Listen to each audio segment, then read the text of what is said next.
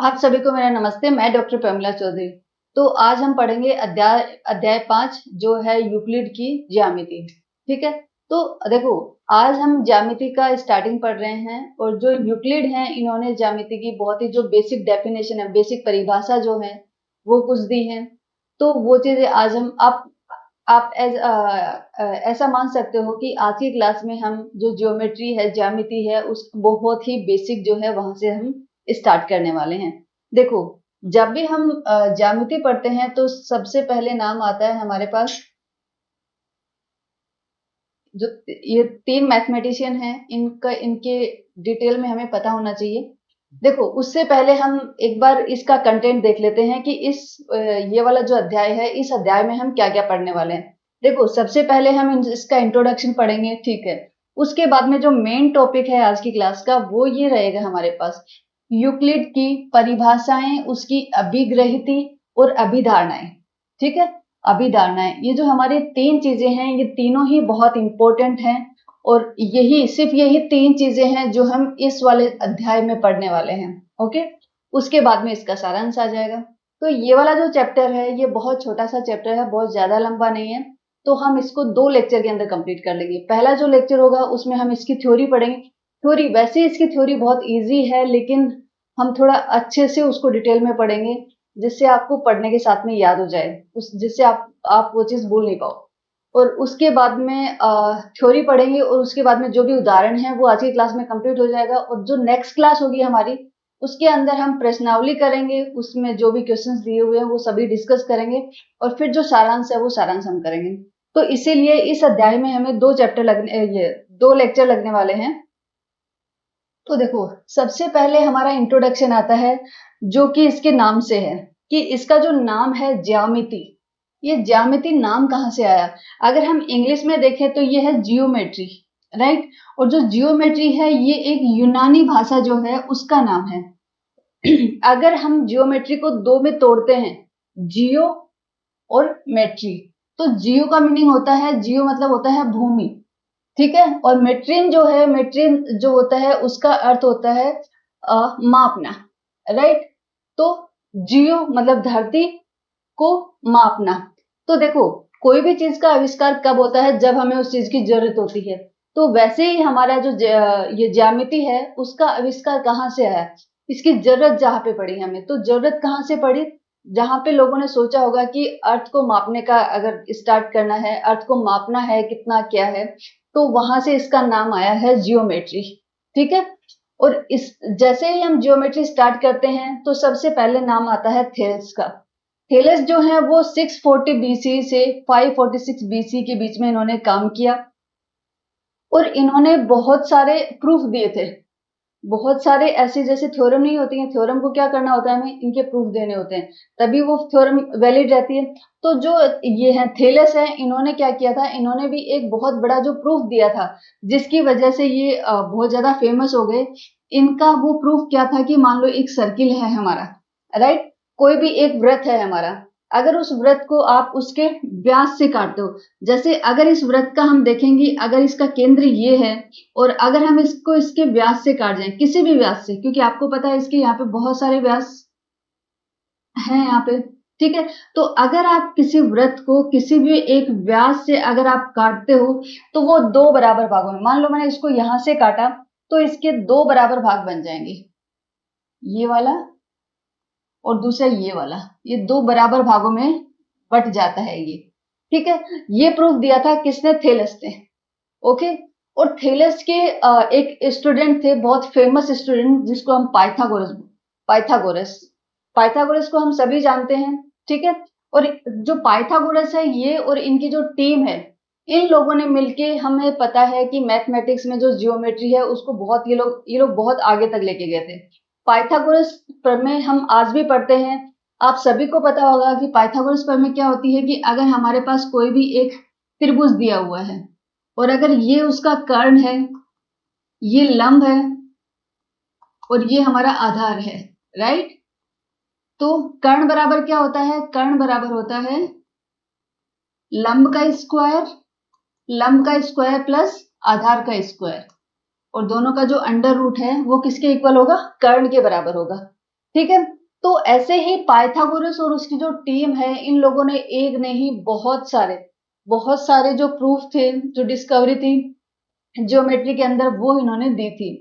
फिर क्या हुआ, एक एक टीचर थे मैथमेटिक्स के, एक टीचर थे यूक्लिड, जिनका नाम था यूक्लिड। ठीक है। ये इजिप्ट में वहीं पे कहीं पढ़ाते थे, वहीं पे एक यूनिवर्सिटी में पढ़ाते थे। फिर इन्होंने सोचा कि ज्योमेट्री में अभी तक जितना भी काम हुआ है, मैं एक काम करता हूँ, उसको कहीं पे लिख लेता हूँ। तो इन्होंने एक अपनी बुक बनाई जिसका नाम था एलिमेंट, और उस एलिमेंट बुक के अंदर इन्होंने जो ज्योमेट्री आई थी, उसको इन्होंने क्या किया, 13 चैप्टर में उसके 13 अलग चैप्टर बनाए और 13 चैप्टर लिख के उस एलिमेंट बुक को इन्होंने कंप्लीट किया। और आज वो 13 चैप्टर की जो एलिमेंट की जो बुक है, उसमें हर एक चैप्टर एक बुक की तरह काम करता है। ठीक है। और ये वर्ल्ड नोन बुक है इनकी, यूक्लिड की। इसीलिए इन्हीं के नाम के ऊपर आज हमारे अध्याय का नाम है यूक्लिड की ज्यामिति। ठीक है, यूक्लिड की ज्यामिति। तो अब हम देखते हैं कि यूक्लिड ने क्या क्या दिया था। मतलब सब कुछ तो हम नहीं पढ़ने वाले हैं, बट इसके जो हल्की हल्की जो इन्होंने अपनी बुक में लिखा है, उसमें से कुछ पार्ट हम आज डिस्कस करने वाले हैं। देखो, यूक्लिड ने कुछ विमाएं भी दी थी, यूक्लिड की विमाएं। इन अब आप सभी को पता है विमाएं क्या होती हैं। जैसे 0 विमा है, 1 विमा है, 2 विमा है, 3 विमा है, इसी में सब एग्जिस्ट कर रहा है। तो अगर हम देखें कि अगर हमारे पास एक कोई ठोस है, जैसे यहाँ पे दिया हुआ है ठोस है, जिसके कितनी विमाएं हैं, जिस 3 विमाएं आप सभी को यहाँ पे दिखाई भी दे रही होंगी। जैसे एक ये है लंबाई, ये हो गई इसकी लंबाई, राइट।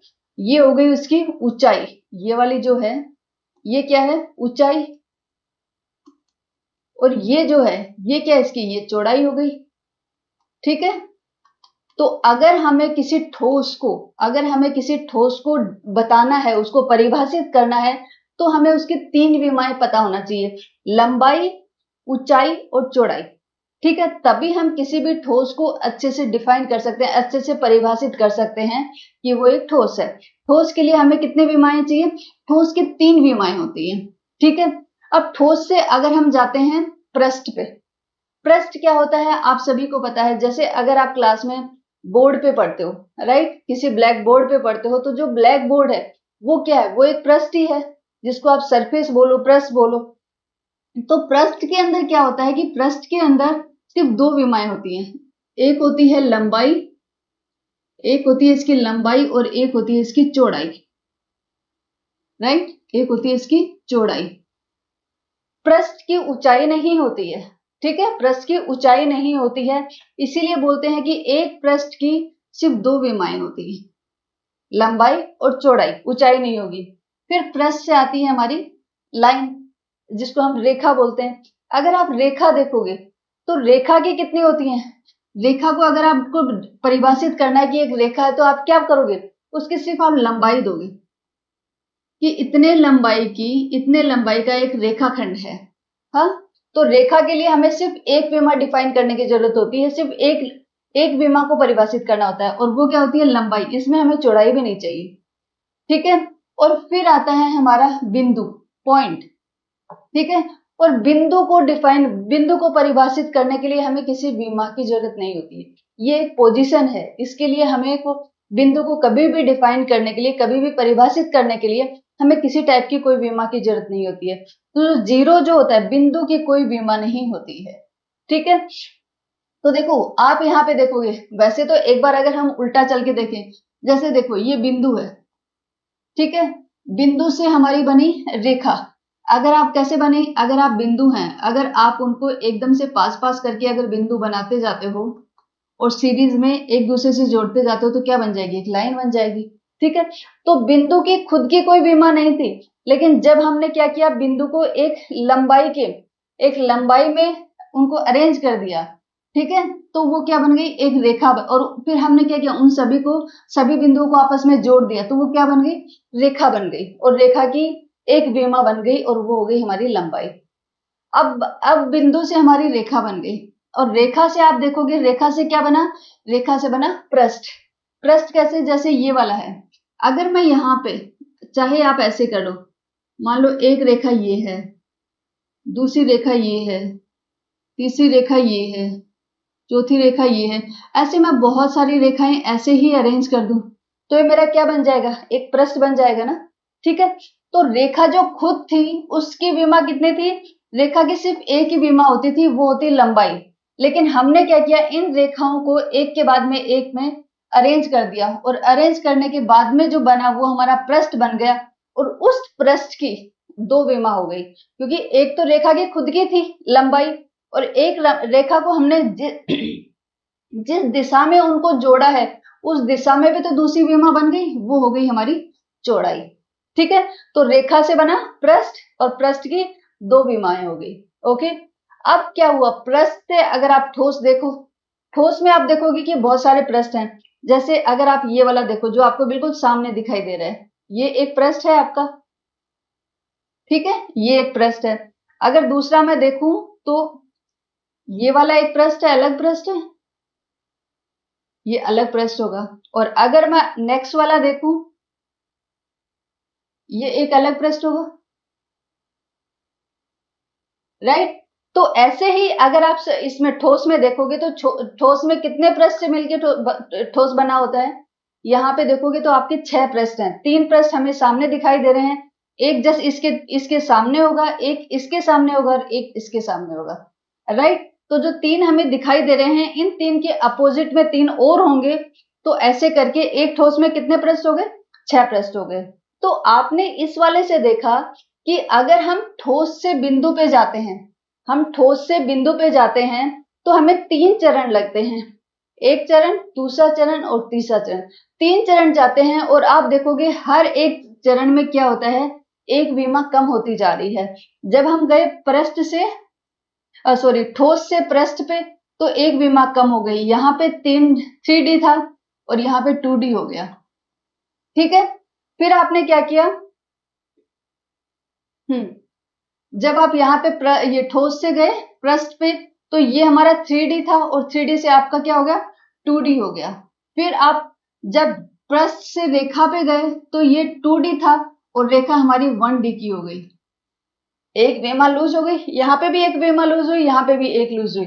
फिर यहाँ से अगर हम रेखा से जाते हैं बिंदु के ऊपर तो ये 1D थी और यहाँ पे बिंदु की कितनी विमाएं होती हैं, D।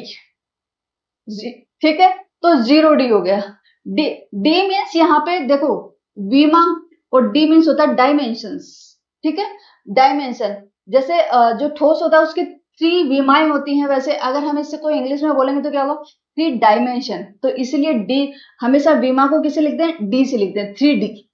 ठीक है, 3D, 2D, 1D, 0D। Okay, तो ये थी यूक्लिड की विमाएं। इन्होंने विमाएं को परिभाषित किया, आपको बताया है कि कैसे एक आकृति से दूसरी आकृति पे जाते हैं तो कैसे हमारी विमाएं चेंज होती रहती हैं। ठीक है, फिर क्या हुआ कि यूक्लिड ने कुछ परिभाषाएं दी। जैसे आज है बिंदु है, तो बिंदु को हमें कुछ भी परिभाषित करने की जरूरत नहीं है, सभी लोगों को पता है कि एक बिंदु है और उस बिंदु के 2 निर्देशांक होंगे, एक x होगा और एक y होगा। लेकिन जब ज्यामिति शुरू हुई थी, जब स्टार्टिंग था उसका, तो उस टाइम पे तो हर एक जो भी वर्ड, जो भी शब्द होता था उसको परिभाषित करना जरूरी था, क्योंकि उस टाइम पे तो समझते नहीं थे कि वो क्या होगा। तो वैसे ही क्या किया यूक्लिड ने, बिंदु, रेखा, पृष्ठ और फिर समतल पृष्ठ, इन सभी की इन्होंने क्या की, परिभाषा दी। जैसे बिंदु है, बिंदु की इन्होंने क्या परिभाषा दी कि बिंदु के लिए बोला जिसका कोई भाग नहीं होता, इसका कोई भी भाग नहीं होता उसको हम बिंदु बोलते हैं। ठीक है, दूसरा इन्होंने रेखा की परिभाषा दी कि चौड़ाई रहित लंबाई होती है, मतलब सिर्फ लंबाई है, इसकी चौड़ाई नहीं होगी, तो चौड़ाई रहित लंबाई होती है एक रेखा।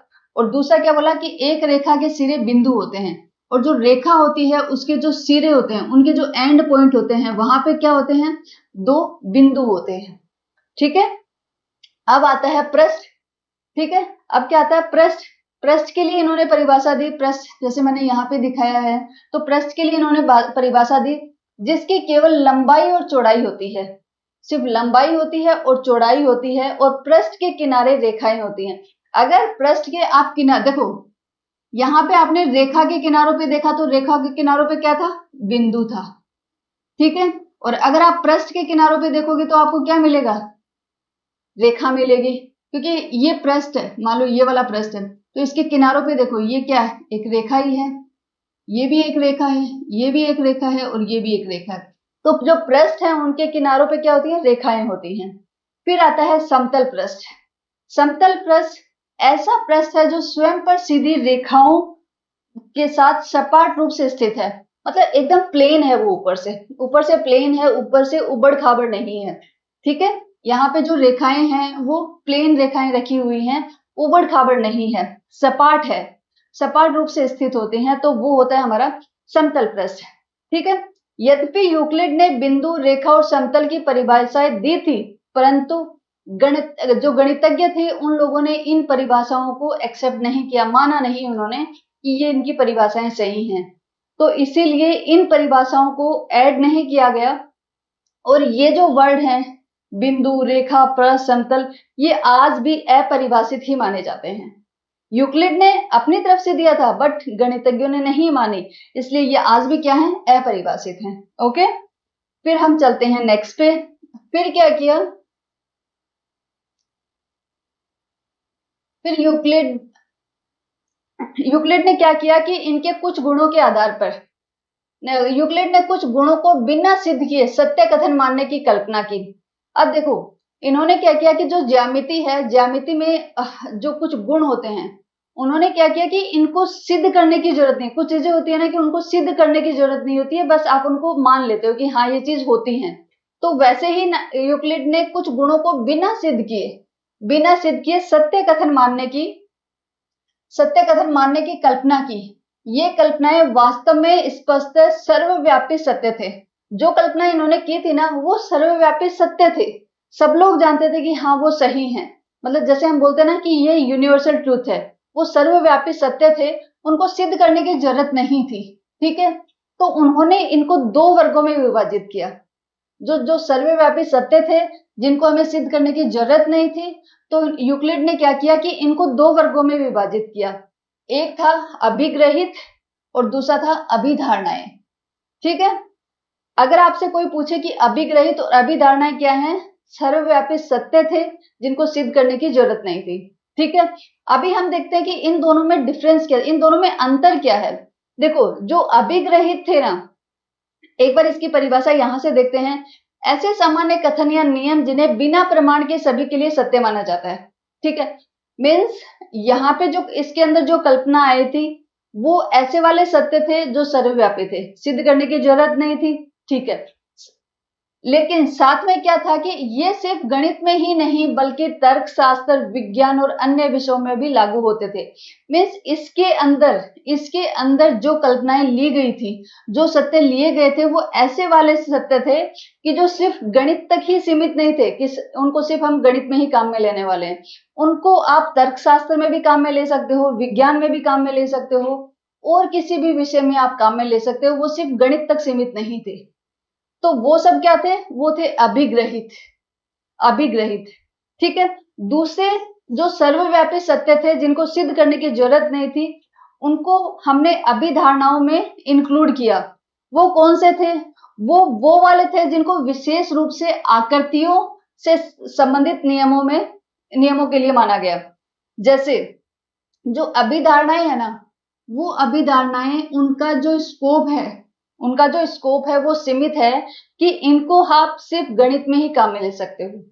जो अभिधारणाएं हैं उनको सिर्फ आप गणित में काम में ले सकते हो, तर्कशास्त्र, विज्ञान या अन्य विषयों के लिए ये लिमिटेड हैं, इनके स्कोप जो है वो लिमिटेड हैं, इनको आप हर जगह काम में नहीं ले सकते हो। ठीक है, जैसे एक बार यहाँ पे इसकी परिभाषा पढ़ लेते हैं। ये भी ऐसे कथन होते हैं जिन्हें बिना प्रमाण के सत्य माना जाता है, लेकिन इनका प्रयोग सिर्फ ज्यामिति में ही होता है। ठीक है, सिर्फ ज्यामिति में इनका प्रयोग होगा, विशेष रूप से आकृतियों में, जैसे रेखा, बिंदु, समतल से संबंधित इसमें नियम होते हैं। तो मीन्स अगर आप मोटा मोटा देखो तो अभिग्रहित और अभिधारणाएं हैं, दोनों में जो मेन डिफरेंस है वो यही है कि जो अभिग्रहित हैं उनको आप किसी भी फील्ड में काम में ले सकते हो, वो सभी फील्ड के लिए होते हैं, और जो अभिधारणाएं हैं वो सिर्फ ज्यामिति के लिए। ठीक है, अब हम चलते हैं नेक्स्ट पे। अभी हम डिटेल में पढ़ेंगे कि अभिग्रहित कौन से हैं और अभिधारणाएं कौन सी हैं। ठीक है। जो यूक्लिड ने दिए वो 7 अभिग्रहित थे। यूक्लिड के 7 अभिग्रहित आपके इस अध्याय में सिलेबस में लिए गए हैं। तो ये सातों के सातों कौन से हैं, एक बार हम 1 बाय 1 पढ़ लेते हैं, फिर इनको हम डिटेल में पढ़ेंगे। ठीक है। पहला अभिग्रहित इन्होंने बोला, वे वस्तुएं जो एक ही वस्तु के बराबर हो, वे वस्तुएं जो एक ही वस्तु के बराबर हो वो एक दूसरे के भी बराबर होती हैं। ठीक है।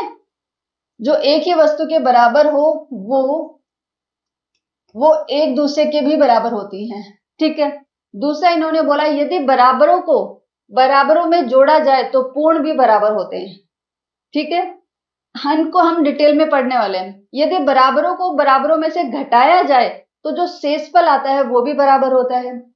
नेक्स्ट आता है, वे वस्तुएं जो परस्पर संपाती होती हैं वो एक दूसरे के बराबर होती हैं। मीन्स जो अगर दो वस्तुएं हैं वो एक दूसरे के संपाती हैं तो वो एक दूसरे के बराबर भी होंगी। ओके। फिफ्थ है, पूर्ण अपने भाग से बड़ा होता है। ठीक है। 6 है, एक ही वस्तुओं के दो गुने परस्पर बराबर होते हैं। फिर है, एक ही वस्तु के आधे परस्पर बराबर होते हैं। ठीक है। वैसे तो देखो हमने इनको एक बार पढ़ लिया है, लेकिन एक बार हम इसको डिटेल में पढ़ते हैं जिससे आपको यहीं पे इनका मीनिंग भी समझ में आ जाएगा और आपको पढ़ने के साथ में याद भी हो जाएंगे। अब हम 1 बाय 1 एक एक करके देखेंगे।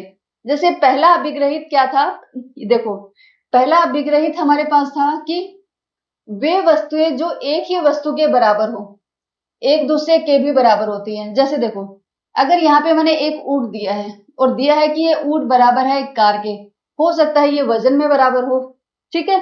अगर एक ऊंट एक कार के बराबर है और दूसरा दिया कि एक हाथी है वो भी इसी कार के बराबर है, तो जब ऊंट भी कार के बराबर है और हाथी भी कार के बराबर है, इसका मतलब ये हुआ ना कि ऊंट और हाथी जो है वो भी तो एक दूसरे के बराबर होंगे। राइट। वही बोला है, वे वस्तुएं जो एक ही वस्तु के बराबर हो वो एक दूसरे के भी बराबर होंगी। ठीक है। जैसे मैंने एग्जाम्पल यहाँ पे ये बताया, अगर ए है वो बी के बराबर है और जो सी है वो भी बी के बराबर है, तो ए और सी भी तो आपस में बराबर होंगे। वही कहता है हमें पहला वाला अभिग्रहित। ठीक है। आई होप कि अभी आप लोगों को अच्छे से समझ में आ गई होगी। अब हम चलते हैं नेक्स्ट वाले पे।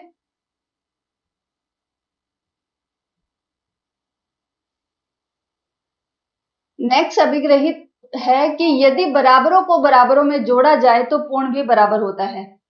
इसका क्या मीनिंग हुआ, देखो अगर मान लो, जैसे मैंने यहाँ पे उदाहरण देके समझाया, आपको व्याख्या की है मैंने इसी की।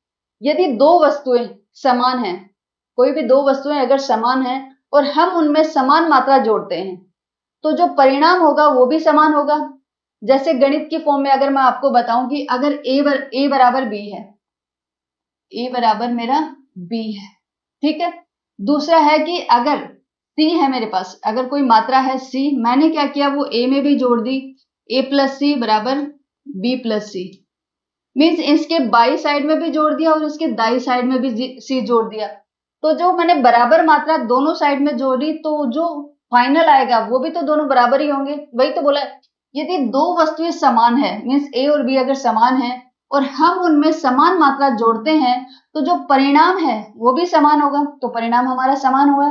वैसे ही आप ऐसे भी कर सकते हो। देखो ए बराबर है बी के और इधर हमने देखा सी बराबर है डी के, तो देखो मैंने यहाँ पे क्या किया था, यहाँ पे दोनों साइड में सी जोड़ दिया था, लेकिन सी और डी दोनों ही तो बराबर हैं, तो मैं ऐसा भी तो कर सकती हूँ, ए प्लस सी बराबर बी प्लस डी। कोई प्रॉब्लम नहीं होनी चाहिए क्योंकि मैंने इस साइड में सी जोड़ा है और इस साइड में डी जोड़ा है, लेकिन सी और डी दोनों ही तो बराबर हैं। तो अगर हम बराबर मात्रा दोनों साइड में जोड़ते हैं तो जो पूर्ण होता है वो भी तो बराबर ही होगा।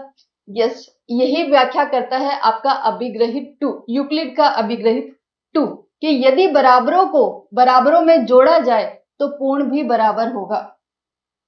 ठीक है। अब हम चलते हैं नेक्स्ट पे, थर्ड वाले पे। थर्ड अभिग्रहित बोलता है कि यदि बराबरों को बराबरों में से घटाया जाए तो शेषफल भी बराबर होगा। वहां पे हम जोड़ने की बात कर रहे थे और जो तीसरा अभिग्रहित है इसमें हम घटाने की बात कर रहे हैं। जैसे सेम चीज है कि अगर ए बराबर बी है, ए बराबर क्या है बी है, अगर कोई भी एक मात्रा है c, मैं a में से अगर c को माइनस करती हूँ और b में से भी अगर मैं c को माइनस करती हूँ, तो जो शेषफल बच रहा है मीन्स a माइनस सी जो है और b माइनस सी है, वो दोनों भी तो एक दूसरे के बराबर होंगे। वही बोला, यदि बराबरों को बराबरों में से घटाया जाए तो शेषफल भी बराबर होगा।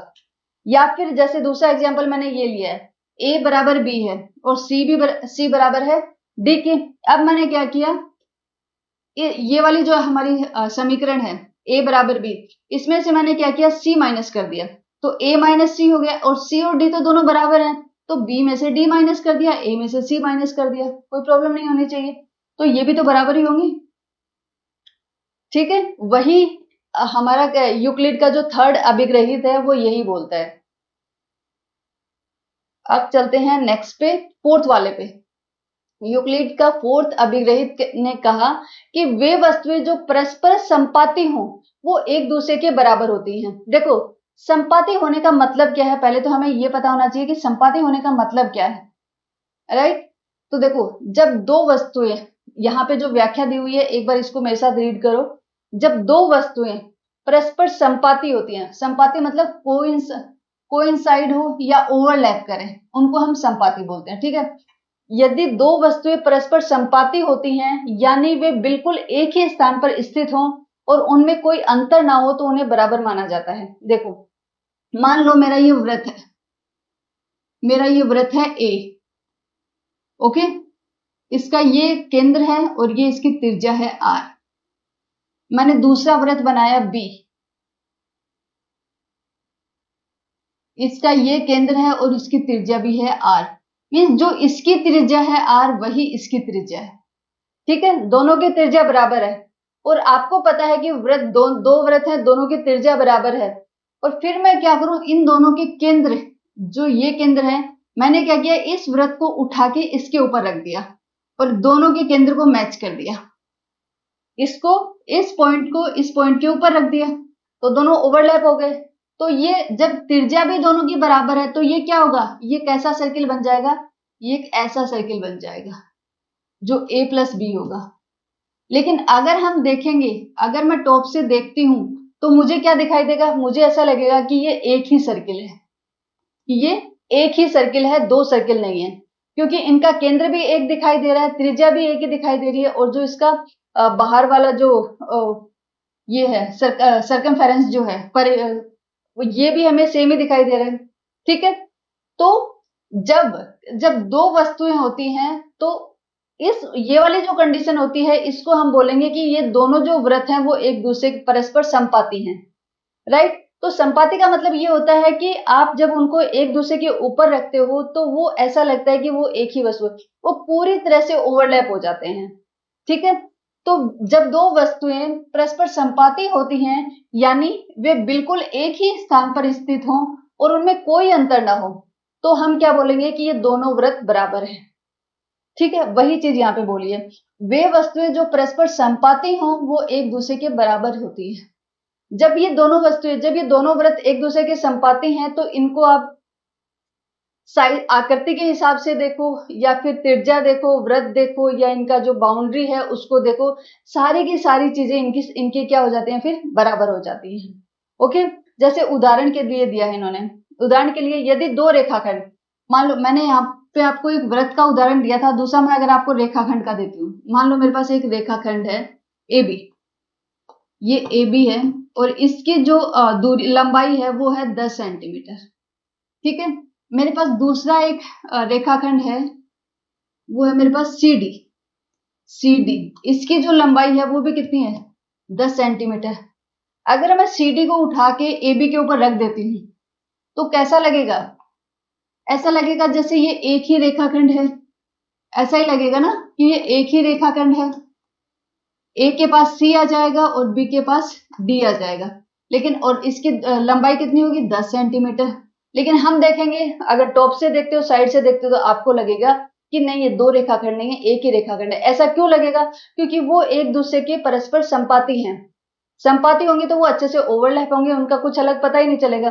तो ये इसी के उदाहरण है। यदि दो रेखाखंड एक दूसरे पर पूरी तरह संपाती हैं तो उनकी लंबाई बराबर होती है।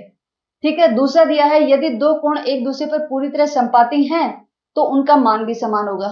मीन्स कोई भी दो चीजें अगर एक दूसरे के संपाती हैं तो वो एक दूसरे के बराबर होंगी। ओके, अब हम चलते हैं नेक्स्ट पे, पांचवें वाले पे।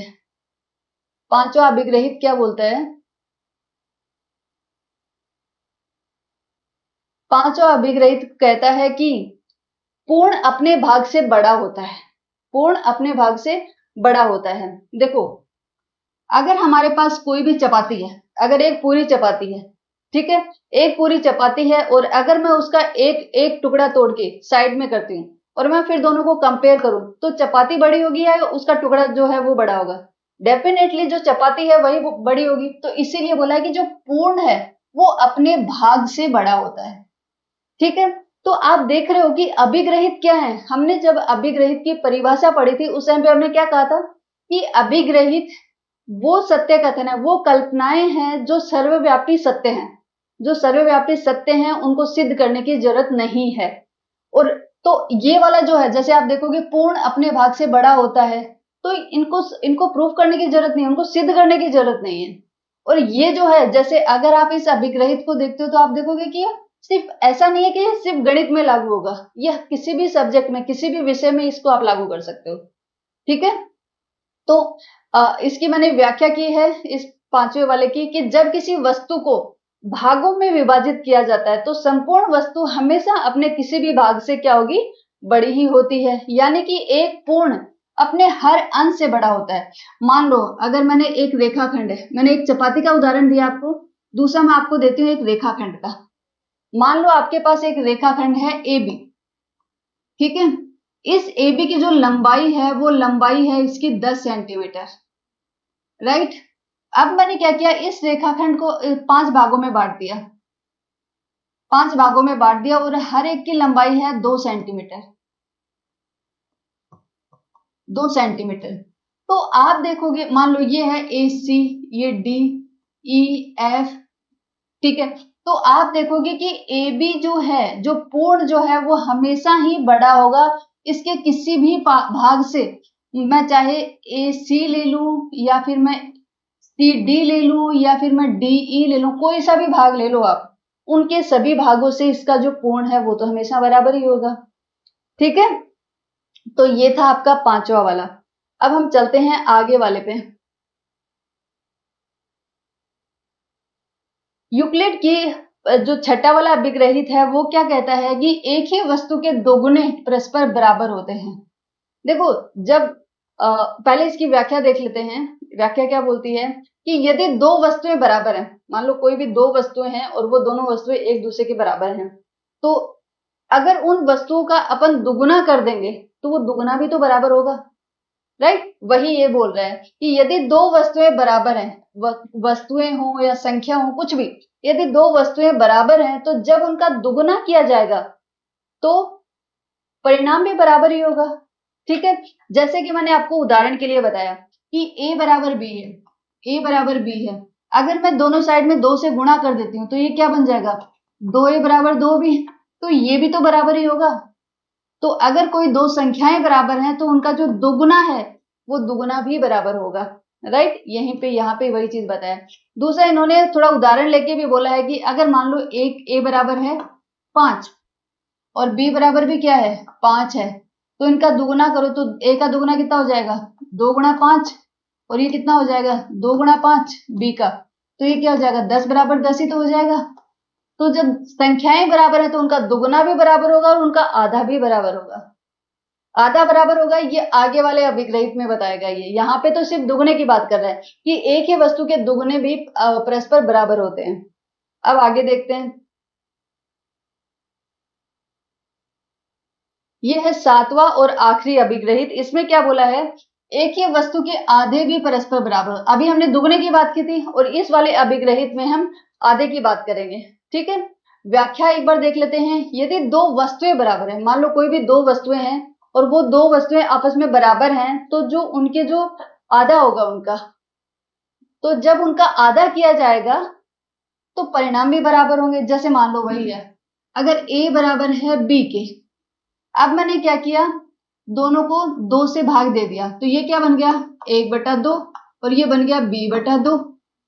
तो जब दोनों ए और बी बराबर हैं तो a/2 और b/2 भी तो बराबर होंगे, ठीक है। वैसे ही आप कुछ उदाहरण लेके भी देख सकते हो कि मान लो a बराबर है 10 और b बराबर भी है 10, तभी तो दोनों बराबर हुए। अब मान लो मैं a का आधा करती हूँ, a का आधा कितना होगा a/2, तो 10/2 कितना हो जाएगा 5, ठीक है। ऐसे ही अगर मैं b का भी आधा करती हूँ, b/2 मान लो मैं करती हूँ, तो ये भी कितना होगा 10/2 मतलब 5, तो आधा कितना हो गया 5/5 हो गया, ये भी तो बराबर ही हुआ। तो वही है, एक ही वस्तु के आधे भी परस्पर बराबर होते हैं। तो ये हमने पढ़े यूक्लिड के 7 अभिग्रहित, जो आप लोगों के सिलेबस में है, वो सातों के सातों अभिग्रहित हमने आज पढ़ लिए हैं। अब हम चलते हैं अभिधारणाएं पे। तो हमने देखा था कि यूक्लिड की कितनी अभिधारणाएं, 5 अभिधारणाएं आप लोगों के सिलेबस में दी हुई हैं। तो एक बार जो 5 अभिधारणाएं हैं वो यहाँ पे हम देख लेते हैं, ठीक है। फिर उनको 1 बाय 1 करके एक एक करके डिस्कस करेंगे। पहली अभिधारणा है इसकी, पहली अभिधारणा है एक बिंदु से एक अन्य बिंदु तक एक सीधी रेखा खींची जा सकती है। आप देखोगे जो अभिधारणाएं हैं वो सारे के सारी ज्यामिति से रिलेटेड होंगी, इनसे मिलती जुलती होंगी, ठीक है, इन्हीं के लिए होंगी। अभिधारणाएं जो है वो ज्यामिति से रिलेटेड होंगी और जो अभिग्रहित से वो सभी विषयों में लागू होने वाले नियम से, ठीक है। तो पहला क्या है, एक बिंदु से एक अन्य बिंदु तक। मान लो एक बिंदु है और एक अन्य बिंदु है, तो इन दोनों बिंदुओं के बीच में एक सीधी रेखा खींची जा सकती है। एक बिंदु से एक अन्य बिंदु तक एक सीधी रेखा खींची जा सकती है, ठीक है। ये है अभिधारणा पहली। अभिधारणा दूसरी वो क्या है, एक शांत रेखा। शांत रेखा मतलब एक टर्मिनेटेड लाइन। टर्मिनेटेड लाइन मतलब एक रेखाखंड की बात कर रहा है वो, ठीक है। जो एक रेखाखंड होता है वो क्या होता है, उसको हम एक शांत रेखा भी बोल सकते हैं, ठीक है। तो एक रेखाखंड की बात कर रही है, तो एक शांत रेखा जो अनिश्चित रूप से बढ़ाया जा सकता है, ठीक है। जो रेखाखंड है उस रेखाखंड को आप दोनों साइड में अनिश्चित रूप से चाहो तो बढ़ा सकते हो, ठीक है। थर्ड अभिधारणा बोलती है कि किसी को केंद्र मानकर और किसी त्रिज्या से एक वृत्त खींचा जा सकता है। मीन्स अगर हमें कोई भी एक वृत्त बनाना तो हम डिसाइड कर लें कि इतनी त्रिज्या का बनाना है और केंद्र डिसाइड कर लें कि कहां पे हमें उसका केंद्र मानना है, तो आप इजीली वृत्त बना सकते हो, ठीक है। ये थी हमारी अभिधारणा थर्ड, हमारी नहीं, यूक्लिड की अभिधारणा थर्ड।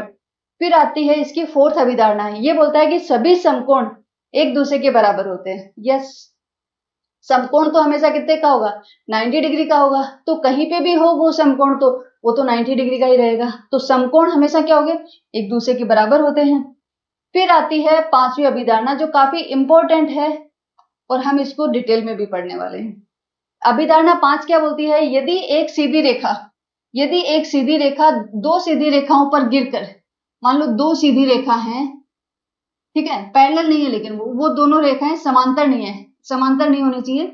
मान लो ये एक रेखा ये है और दूसरी रेखा ये है, इनके ऊपर क्या हुआ कि एक सीधी रेखा गिर गई। यदि एक सीधी रेखा दो सीधी रेखाओं पर गिरकर अपने एक ही ओर दो अंतःकोण बनाती है, और अगर इस प्रकार बनाए कि इन दोनों कोणों का योग मिलकर दो समकोण यानी 180 डिग्री, दो समकोण मतलब 180 डिग्री का योग मिलकर दो समकोण से कम हो, तो वे दोनों सीधी रेखाएं अनिश्चित रूप से बढ़ाए जाने पर उसी ओर मिलती हैं।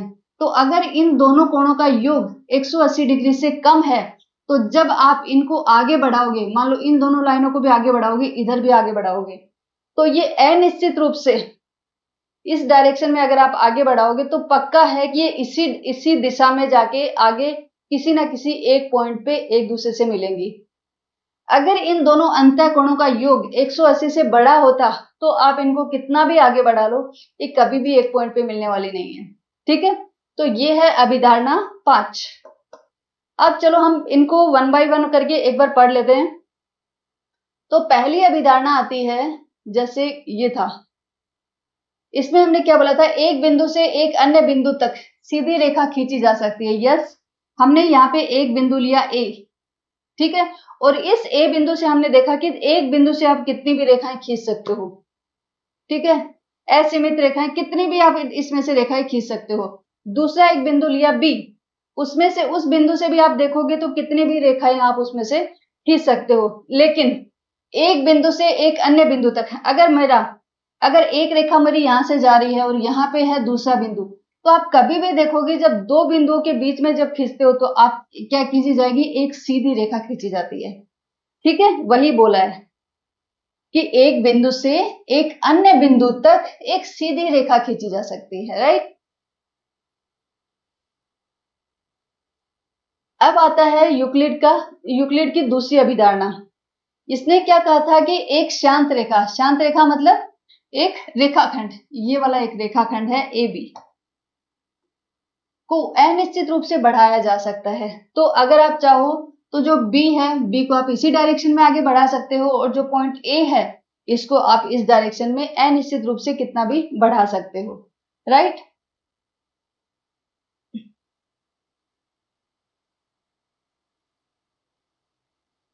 तीसरी अभिधारणा आती है कि किसी को केंद्र मानकर किसी त्रिज्या से एक वृत्त खींचा जा सकता है। अगर आपने मान लिया कि एक केंद्र यहाँ पे है, अगर यहाँ पे हम केंद्र लेते हैं और माना कि r त्रिज्या का एक हमें वृत्त खींचना है, तो इस केंद्र पे r त्रिज्या का वृत्त आप अपने आप ड्रॉ कर सकते हो, खींच सकते हो। तो मतलब एक वृत्त को खींचने के लिए आपको क्या क्या चाहिए, दो चीजें डिसाइड होनी चाहिए कि कहाँ पे तो आप उसका केंद्र ले रहे हो और कितनी त्रिज्या ले रहे हो। अगर ये दोनों चीजें आपने सोच ली तो आप कहीं पे भी वृत्त को बना सकते हो। जैसे इस वृत्त को खींचने के लिए आपने सोचा कि नहीं मेरा केंद्र ये होना चाहिए, इस वृत्त को खींचने के लिए आपने सोचा कि मेरा केंद्र यहाँ पे होना चाहिए, इसके लिए आपने सोचा कि मैं जो वृत्त खींचूं उसका केंद्र यहाँ पे होना चाहिए। ठीक है, तो वही चीज यहाँ पे बोला है, इन तीनों वृत्त को खींचने के लिए आपने सोचा कि नहीं मेरे वृत्त का केंद्र तो यहाँ पे होना चाहिए लेकिन उनकी त्रिज्या अलग अलग होनी चाहिए। ठीक है, तो वही चीज है कि किसी को केंद्र मानकर और किसी त्रिज्या से एक वृत्त खींचा जा सकता है। ओके, अब हम चलते हैं आगे वाली अभिधारणा पे। अभिधारणा फोर्थ जो यूक्लिड ने दी थी वो क्या है कि सभी समकोण एक दूसरे के बराबर होते हैं। देखो आप यहाँ पे देखोगे कि तीन त्रिभुज बनाए गए हैं, ठीक है, तीनों समकोण त्रिभुज है। तो यहाँ पे आप देखोगे कि यहाँ पे मान लो ये है आपका ए बी और सी, ये है आपका डी ई एफ,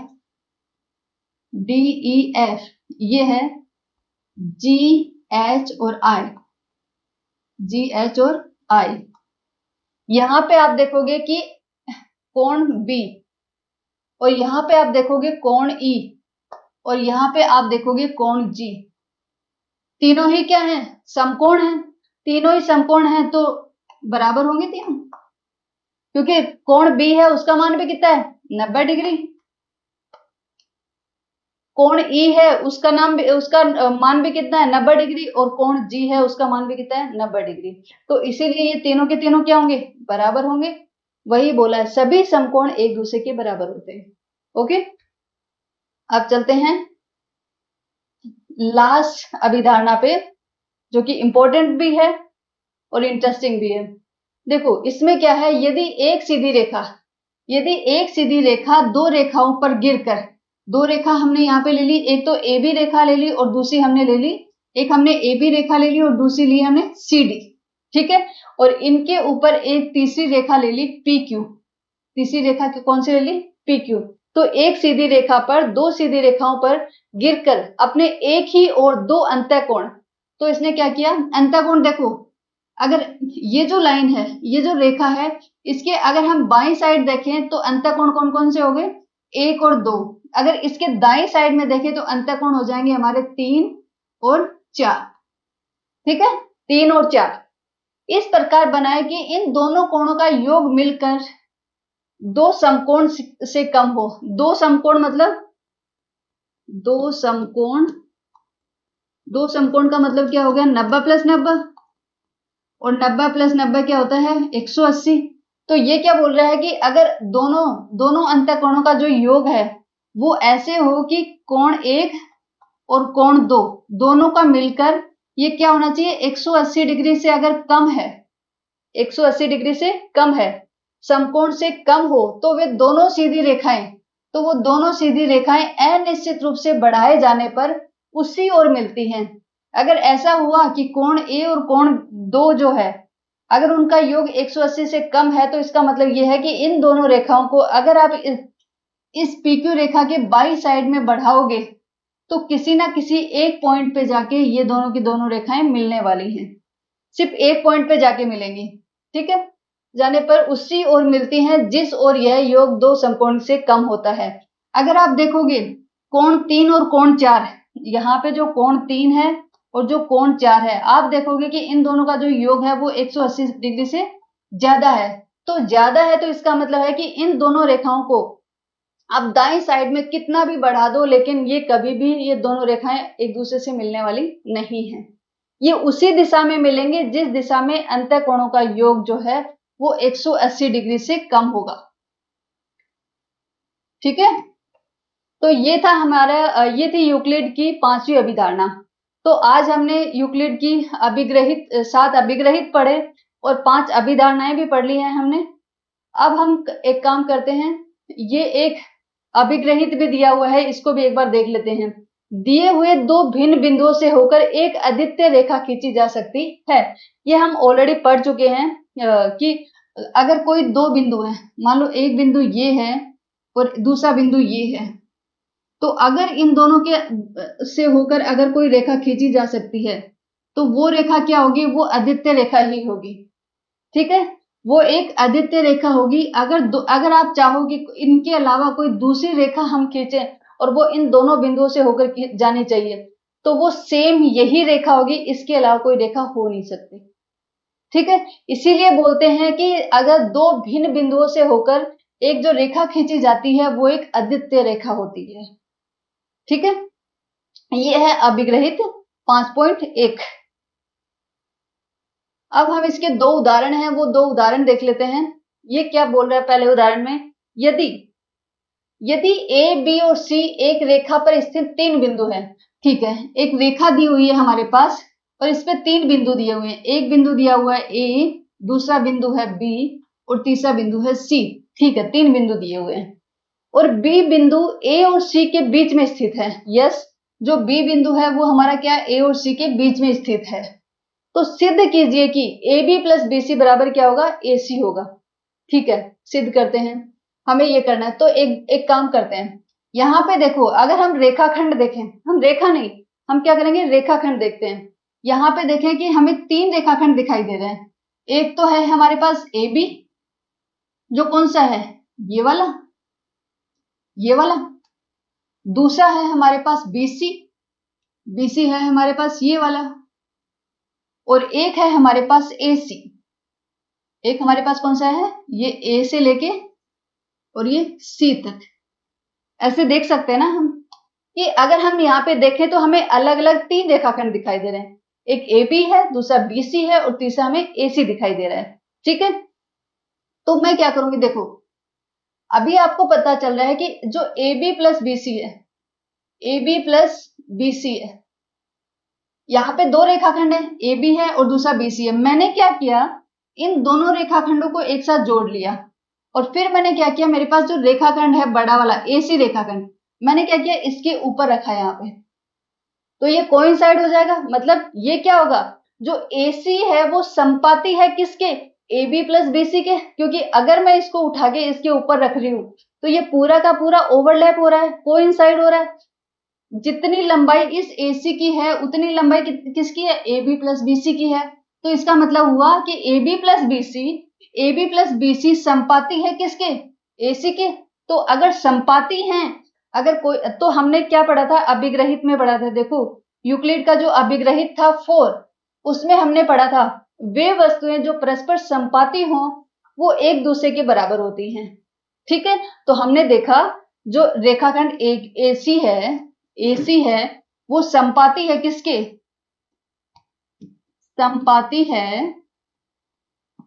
किसके, AB प्लस BC के, AB प्लस BC के। तो AC बराबर होगा किसके, AB प्लस BC के, राइट।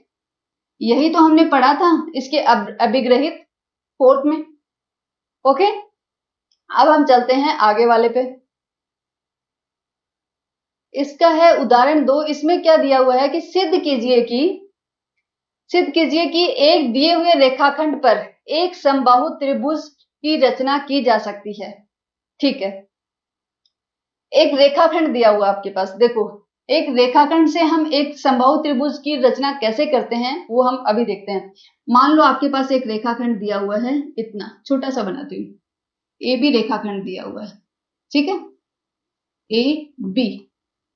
उसके बाद में क्या हुआ, मैंने किसी अभिग्रहित में पढ़ा था कि अगर अभिग्रहित नहीं, सॉरी, थर्ड वाली जो अभिधारणा है, यूक्लिड की थर्ड अभिधारणा है, उसमें देखा था हमने कि अगर हमने किसी को केंद्र डिसाइड कर लिया और त्रिज्या डिसाइड कर ली तो फिर हम क्या करते हैं, एक वृत्त खींच सकते हैं। तो मैंने डिसाइड किया कि ए हमारा एक केंद्र होगा और ए बी त्रिज्या होगी, और उसके बाद में मैंने क्या किया, एक वृत्त खींच लिया।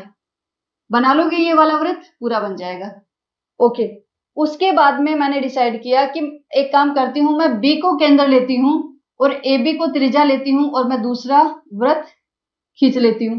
ठीक है, तो दूसरा वृत्त भी खींच लिया, दूसरा वृत्त भी खींचा गया। अभी क्या हुए, जो दोनों वृत्त जहां पे कट कर रहे हैं, दोनों वृत्त जहां पे कट कर रहे हैं, वो जो पॉइंट है उस पॉइंट को मैंने नाम दिया सी, उसको नाम दिया सी। अब एक पॉइंट है सी और दूसरा पॉइंट है मेरे पास ए।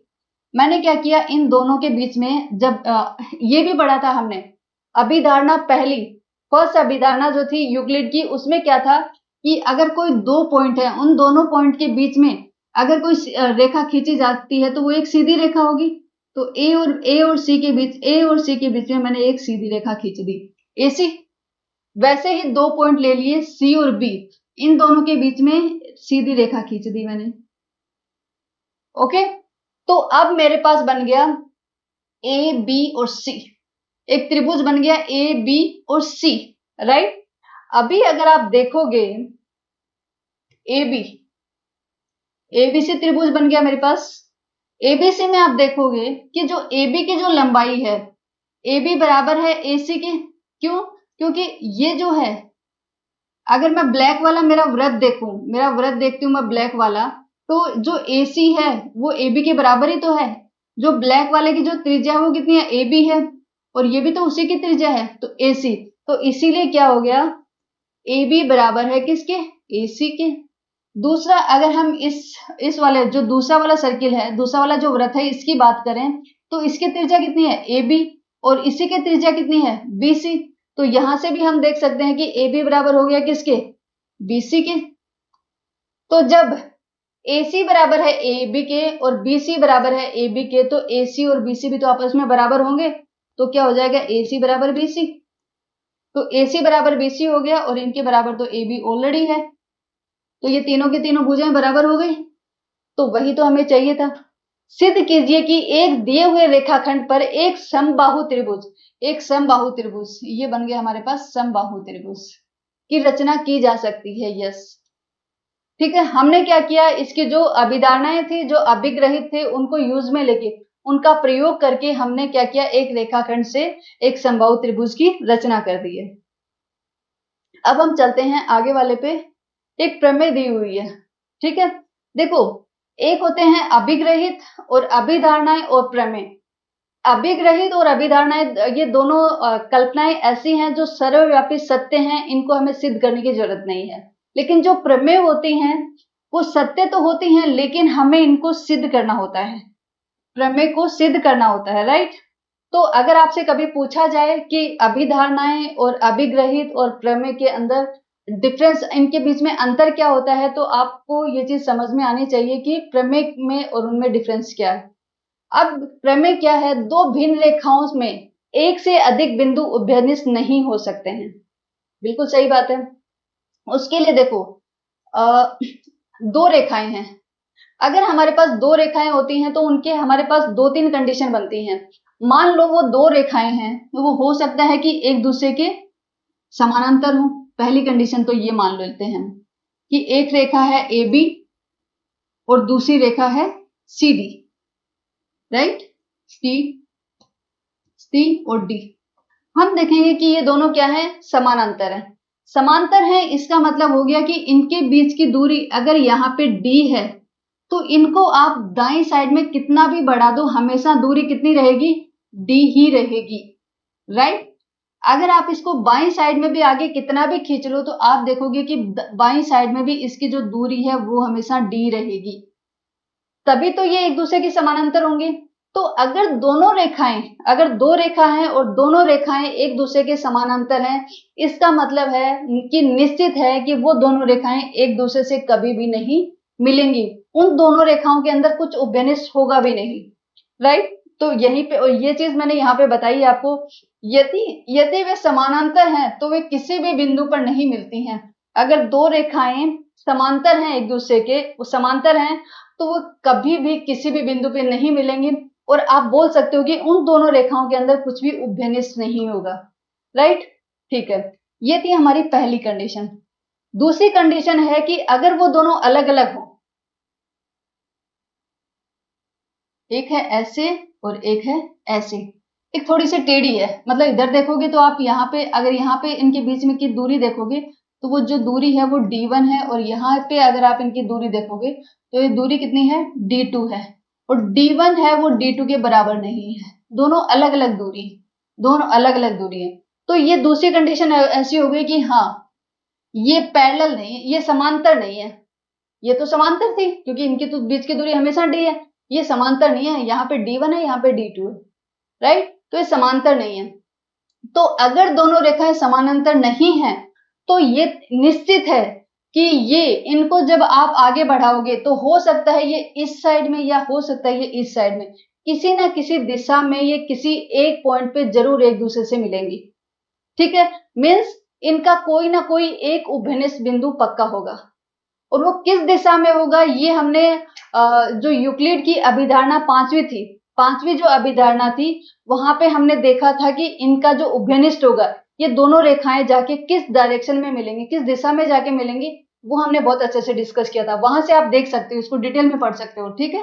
तो अगर मीन्स कंक्लूजन क्या है कि अगर दोनों समांतर हैं तो कुछ उभयनिष्ठ नहीं होगा, अगर समानांतर नहीं है दोनों रेखाएं तो कोई एक बिंदु इन दोनों के बीच में उभयनिष्ठ पक्का होगा।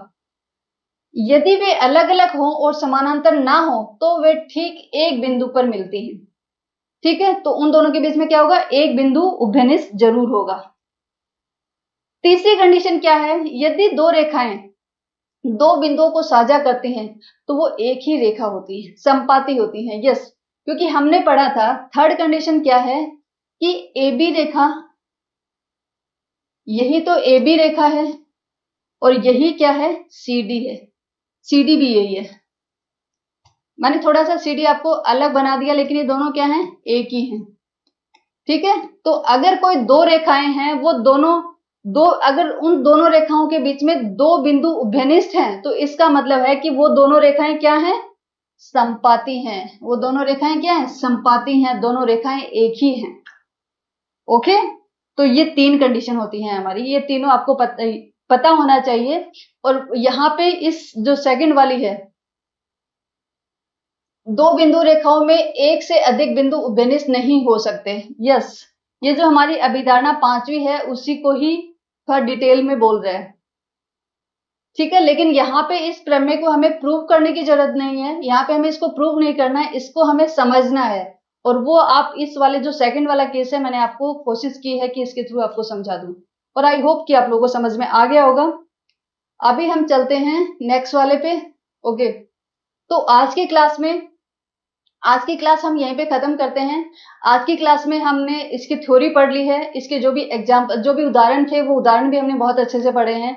और जो अगली क्लास रहेगी आपकी, उसमें हम प्रश्नावली जो 5.1 है वो प्रश्नावली डिस्कस करेंगे, और फिर उसका जो सारांश है वो हम डिटेल में पढ़ेंगे। तो आप लोगों को मेरी क्लास कैसी लगी कमेंट करके मुझे जरूर बताएं। Thank you.